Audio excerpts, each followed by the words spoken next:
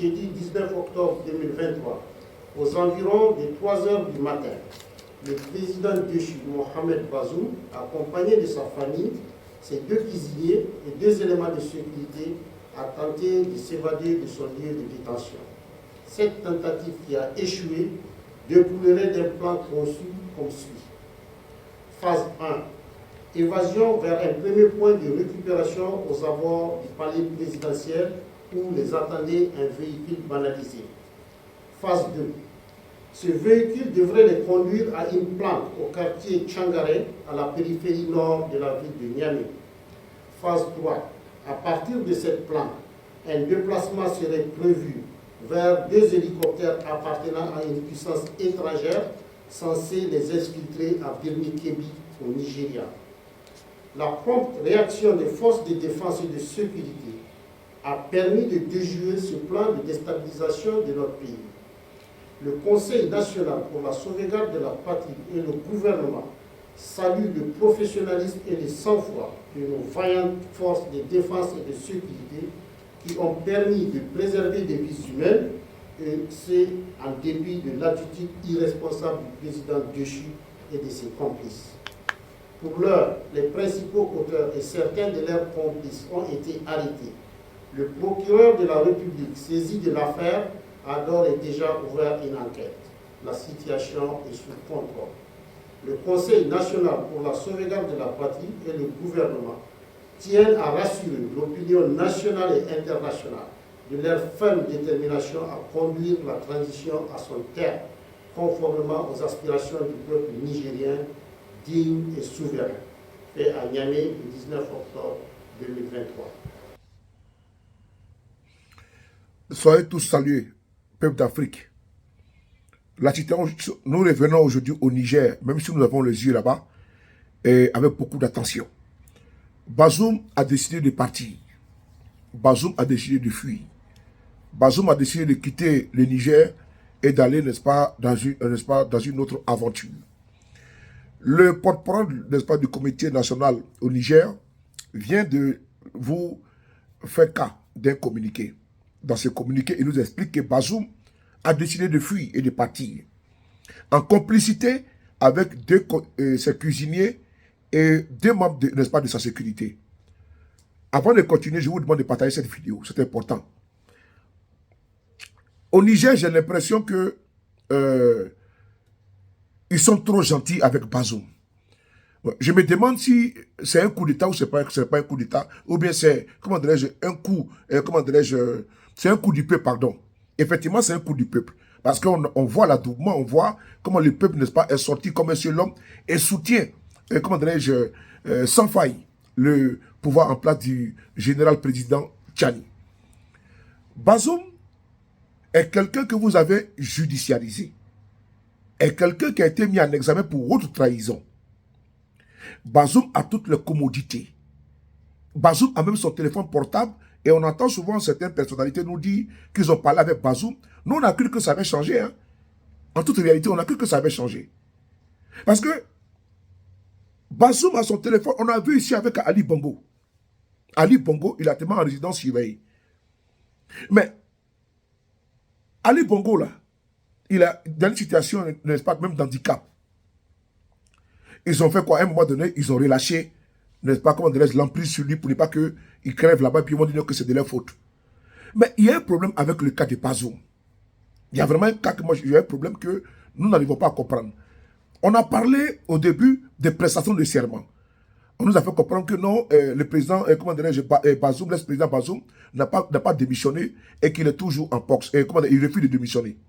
Ça fait maintenant 3 mois que Bazoum est dans une résistance, est en train de... C'est à cause de Bazoum qu'il y a des sanctions contre le Niger. C'est à cause de Bazoum. Parce que souvenez-vous, dans un journal international, on nous avait dit que Bazoum avait demandé à une puissance étrangère d'intervenir. Mais le président de cette puissance étrangère a refusé l'intervention militaire. Donc Bazoum est toujours dans cette velléité-là de pouvoir, comment dirais-je, faire agresser le Niger. Il y a un problème. Il y a vraiment un problème. Si aujourd'hui la CEDEAO appuie des sanctions contre le Niger, c'est à cause de Bazoum. Tout ce qui se passe là, contre le Niger, c'est à cause de Bazoum. Bazoum n'est pas né avec le fauteuil présidentiel. Diantre. On a vu le cas ici avec le président Ibrahima Barry Maïna Sara. Ibrahima Barry Maïna Sara était un ancien chef d'État du Niger, mais qui a été, comment dirais-je, neutralisé par la cadre républicaine commandée par le commandant Wanké. Le commandant Wanké, qui était le chef de la garde républicaine, ils l'ont abattu à l'aéroport de Niamey. Bazoum aujourd'hui, il a la vie sauve. Bazoum aujourd'hui n'a pas sa vie inquiétée. Pendant que les Nigériens tirent les diables par la queue, Bazoum aujourd'hui, allez-y à Malanville, au Bénin, il y a des milliers de camions qui sont garés. Parce qu'il faut qu'un individu revienne au pouvoir. Mais Bazoum là, il n'est plus président du Niger. Nous avons l'impression qu'il y a une main molle face au cas de Bazoum. Voici quelqu'un qui est détenu. Dans le communiqué, on dit son lieu de détention. Et il a ses téléphones portables. Bon, il passe le temps à comploter des coups. Bon, là, on nous dit qu'il a voulu s'évader. Et donc, effectivement, il y a eu des descentes dans les quartiers. Il y a eu des coups de feu tout autour. Il y a eu même des blessés. Mais Bazoum pouvait perdre la vie. Et mieux, il décide de faire quoi? De s'évader avec les deux gardes, n'est-ce pas, de sécurité. C'est-à-dire que ceux-mêmes qui sont censés le sécuriser là, hein, qui sont dans l'armée nigérienne là, eux, ils sont de connivence avec Bazoum pour le faire fuir. Ça veut dire que, et comment dirais-je, le pouvoir en place, le CNSP, n'a pas, comment dirais-je, d'emprise sur la garde rapprochée même de Bazoum. Parce qu'eux-mêmes, ils sont en complicité avec Bazoum. Vous détachez des personnes pour les sécuriser. Et ces personnes-là sont en complicité pour pouvoir fuir avec Bazoum. Il y a un problème. De un. Maintenant, si Bazoum mourait dans ces conditions comme ça, là, c'est vous qui allez être accusé d'avoir assassiné, d'avoir, comment dire, refroidi Bazoum. Vous laissez Bazoum se mouvoir. Mais si ça ne va pas, vous le mettez dans une résidence surveillée, en plein cœur de Niamey. Mais comme au palais présidentiel, l'on peut venir vouloir faire, comment dirais-je, déstabiliser pour vouloir enlever Bazoum. Ça pourrait aller, n'est-ce pas, comment dire, en vrille. Dieu merci, il n'y a pas eu de morts et de blessés. Parce que ils n'ont pas encore fini avec les velléités de déstabilisation. Ça fait bientôt maintenant 3 mois que Bazoum aujourd'hui là n'est plus président. Mais vous savez que Bazoum là, il est le chouchou n'est-ce pas, de certains pays occidentaux. Ils n'ont pas fini. Ils sont encore sur votre territoire. Et ils veulent forcément que Bazoum revienne au pouvoir. Ce n'est pas un film. Il veut que Bazoum revienne au pouvoir.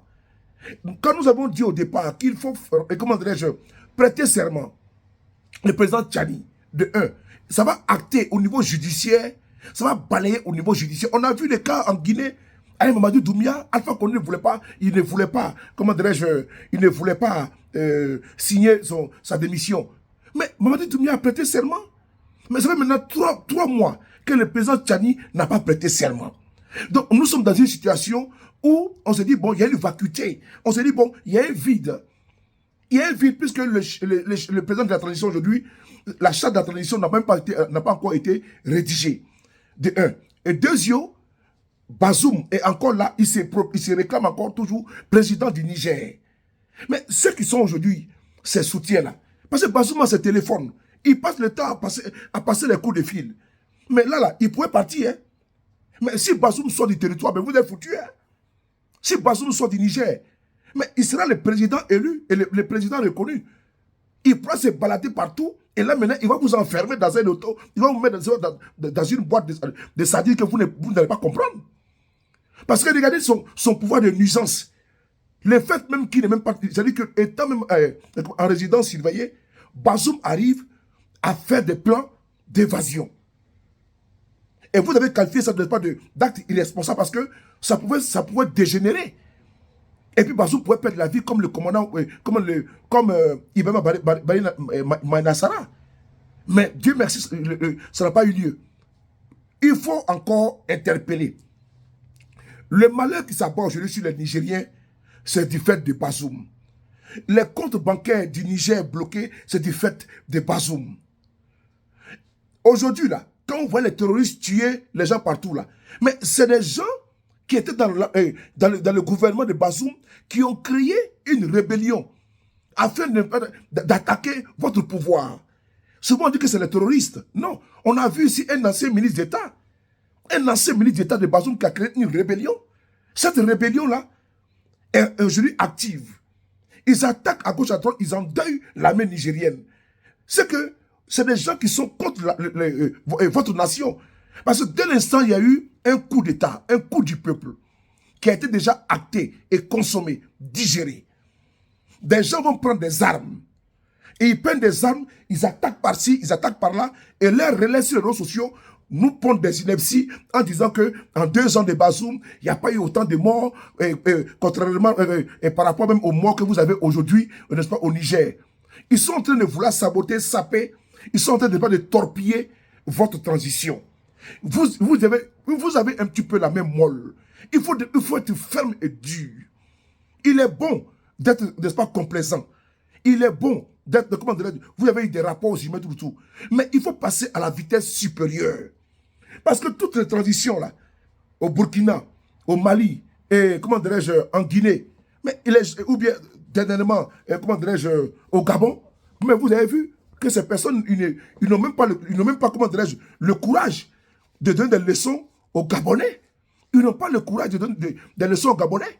Vous voyez que le président de la transition du Gabon, là, même si d'aucuns disent que c'est un coup d'État qui est appuyé par par certaines puissances occidentales. Mais par contre, vous avez vu comment Oligui Nguema a recadré très rapidement certains pays pour dire non, que ne vous mêlez pas de ce que nous ne vous regardons pas. Vous avez vu comment c'est passé? Et donc, au niveau du Niger, là, je pense que vous êtes dur, mais il faut être très dur. C'est important. Vous êtes dur, mais il faut être très dur. Parce que Bazoum, aujourd'hui, dans votre main, est un colis piégé. Bazoum, dans votre main, est un colis dangereux. Parce que vous l'avez laissé à cause des approches, à cause des rapports que vous avez eu antérieurement, vous avez laissé Bazoum faire beaucoup de choses. Parce que vous, à cause du respect, à cause des familles et autres. Mais Bazoum n'est pas dans cette disposition. Bazoum n'est pas dans la disposition de, comment dirais-je, de rester comment dirais-je, captif tout le temps. Parce que quand je lis le communiqué que vous avez ici, le communiqué dit que quoi? Ce jour 19 octobre 2023, 23h du matin. Mais phase 1, c'était quoi? Évasion d'un premier point de récupération aux abords du palais présidentiel où les attendait un véhicule banalisé. Ah, c'est phase 1. Phase 2, ce véhicule devrait le conduire à une planque au quartier Tchangarey, à la périphérie nord de la ville de Niamey. Ça, c'est phase 2. Phase 3, à partir de cette planque, un déplacement serait prévu vers 2 hélicoptères appartenant à une puissance étrangère, censés les infiltrer à Birni et Kébi, au Nigeria. Ah bon? Donc, le coup pouvait marcher. Hein?